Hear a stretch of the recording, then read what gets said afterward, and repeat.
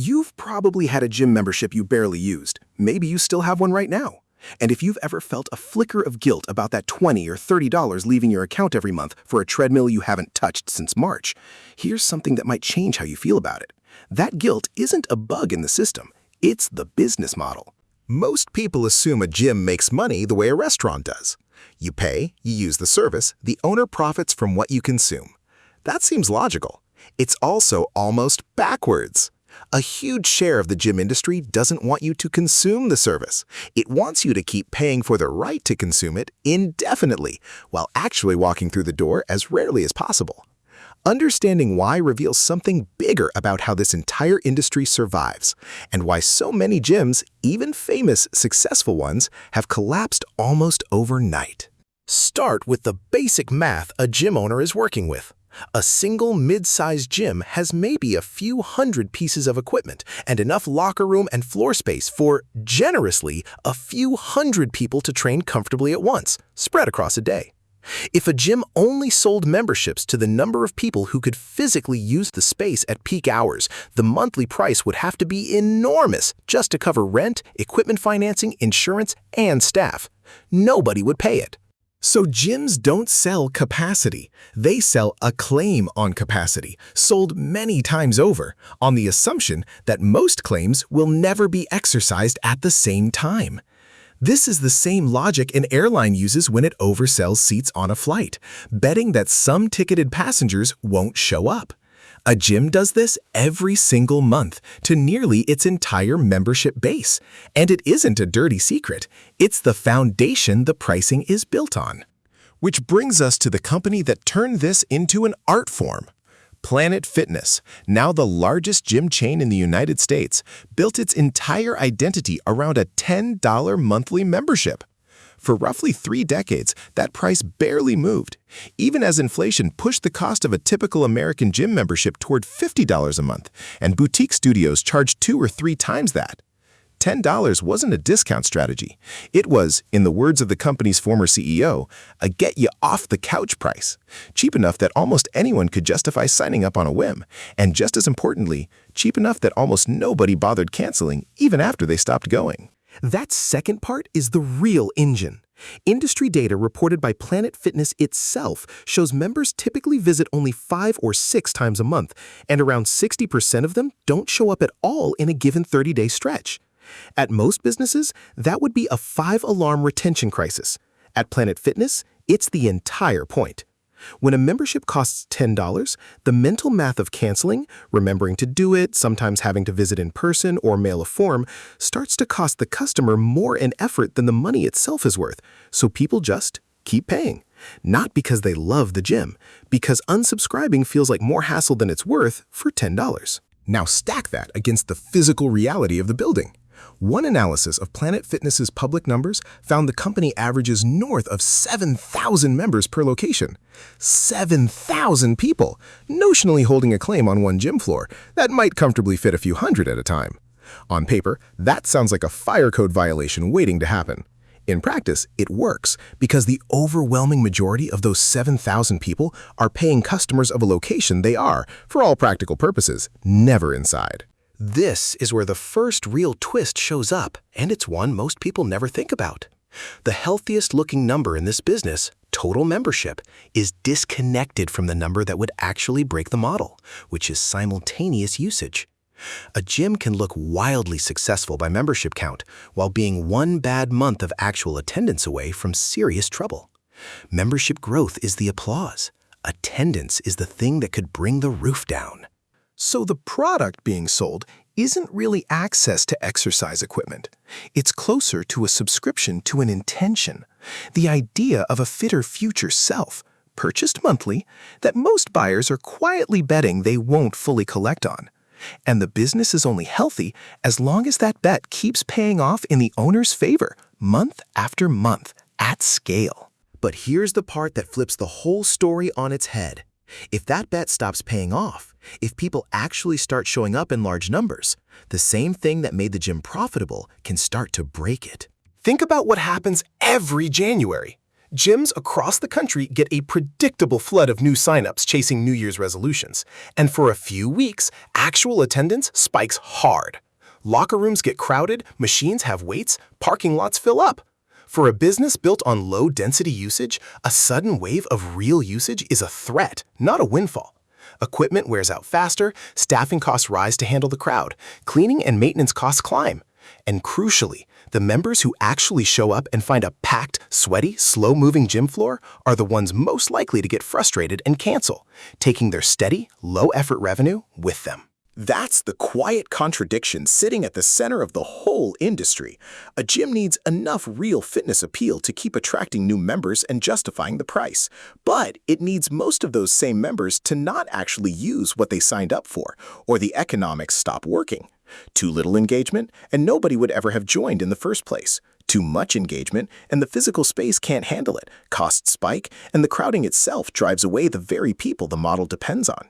The business lives in a narrow band between those two failure points, and staying in that band is the whole job. Now, low-price chains like this one aren't the entire industry.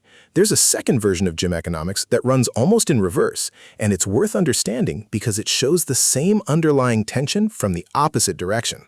Boutique studios and premium clubs. Think high-intensity interval classes, cycling studios, upscale full-service gyms. Charge dramatically more, sometimes 10 or 20 times what a budget gym charges.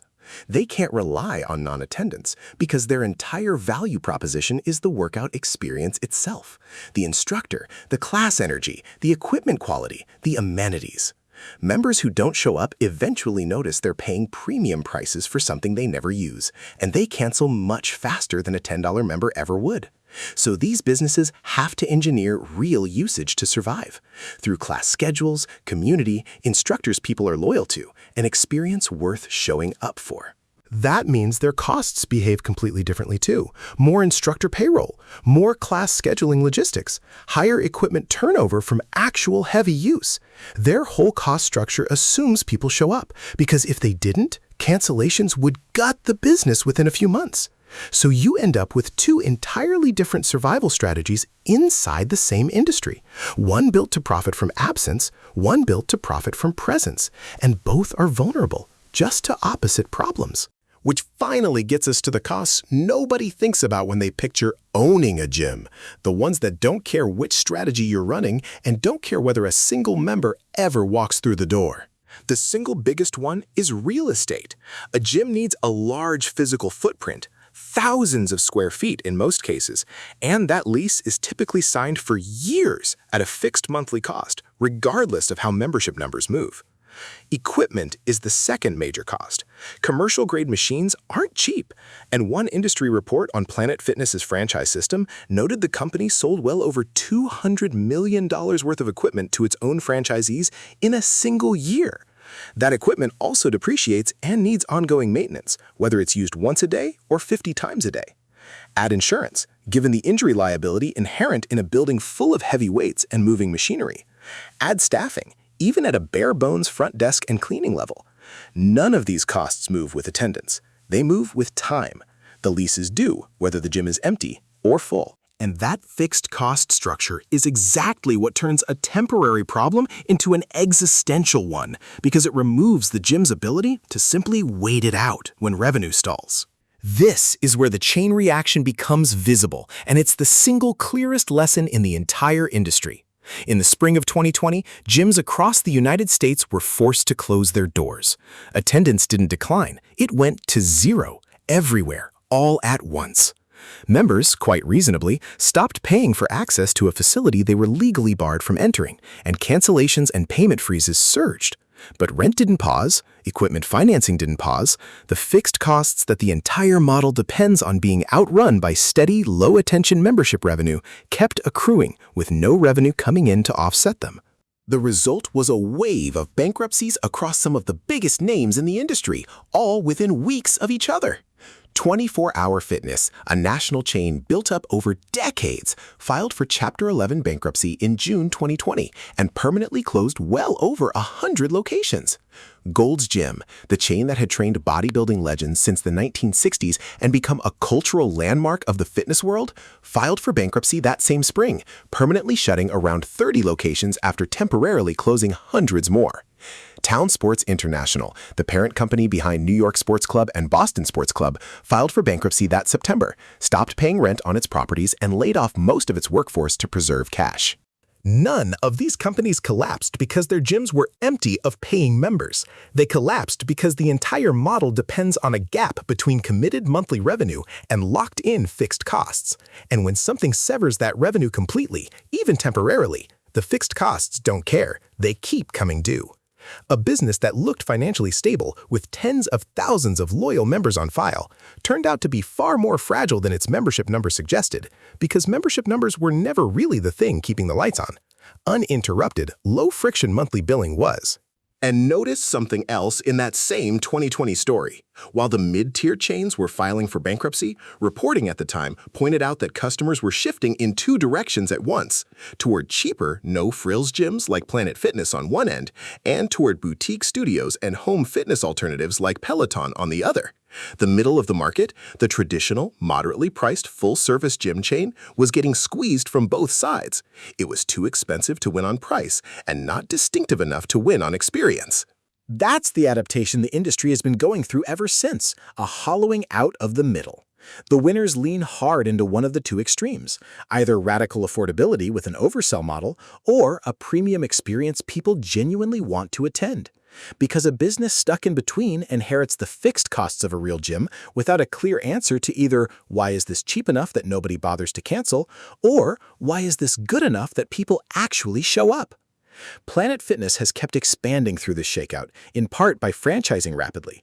The company itself only directly owns a small fraction of its roughly 2,500 locations, with the rest run by franchisees who pay the setup costs and ongoing royalties, meaning much of the real estate and build-out risk sits with individual franchise owners rather than the parent company. So what does someone actually opening a gym today face? In the best-case outcome, they find the right location, price it correctly for their model, build a membership base large enough to comfortably outrun fixed costs, and either run lean on a low-price, low-attendance model or build enough of an experience that people keep showing up and paying premium rates without churning out. In the realistic successful outcome, margins stay thin for years. Gym ownership is notoriously capital-intensive relative to its profit margins, and much of the early income goes straight back into equipment replacement and lease obligations rather than into the owner's pocket. In the realistic negative outcome, membership growth stalls just below the level needed to cover the fixed lease and equipment costs, and the gym limps along, unable to invest in the improvements that might turn it around, slowly bleeding cash until the lease renewal becomes the moment it closes. And in the failure scenario, exactly what happened in 2020 happens again in miniature. Something disrupts revenue, a rent increase, a new competitor undercutting the price, a stretch of high cancellations. And because the fixed costs never moved, the math simply stops working. So go back to where we started. It looks like a gym makes its money selling fitness. It doesn't. Not really. What it actually sells is a claim on physical space, priced low enough or packaged attractively enough that people keep paying for that claim far longer than they use it. And the entire structure survives only because most of its customers are betting on a future version of themselves who trains more than they currently do. The owner's real skill isn't running a fitness business. It's managing the gap between how many people believe they'll show up and how many people actually will, keeping that gap wide enough to stay profitable, but never so wide that reality, a pandemic, a crowding backlash, a competitor's better price, forces everyone to collect on the bet at the same time. That's the real economics of owning a gym. Not a business built on sweat, but one built on the space between intention and follow-through. Rent it out one unused membership at a time.